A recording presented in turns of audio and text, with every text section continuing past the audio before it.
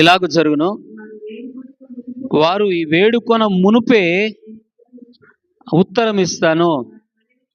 వారు మనవి చేయిచుండగానే నేను ఆలకిస్తాను అంటాడు ఇక్కడ. ఈ అధ్యాయంలో మనం చూస్తే ప్రార్థన చేయక ముందే, వేడుకోక ముందే దేవుడు జవాబిస్తాడని కూడా లేఖనం చెప్తుంది. అలాగా నాకు బైబిల్ అందరూ వేడుకుంటేనేగా దేవుడు జవాబిచ్చింది, జవాబు ప్రార్థనకు సహాయం చేసింది.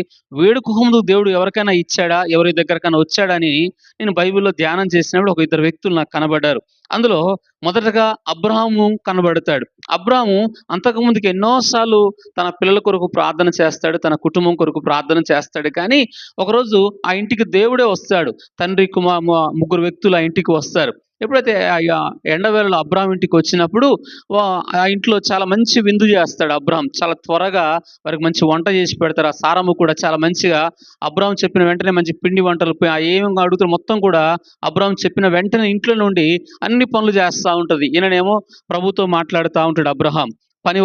ఆ పని వాళ్ళు చేస్తూనే ఉంటారు. అక్కడ మంచి వంట వెంటనే కొద్ది సమయంలోనే దేవునికి మంచి వంట చేసి పెడతారు. ఎప్పుడైతే వంట చేసి పెట్టారో చూడండి, ఆ మాట ఆయన అడగలే. ఆ అధ్యాయంలో ప్రార్థన అడగలే, అయ్యా నాకు కొడుకులు లేరుగా, నాకు పిల్లలు లేరు కదా అని అడగలేదు.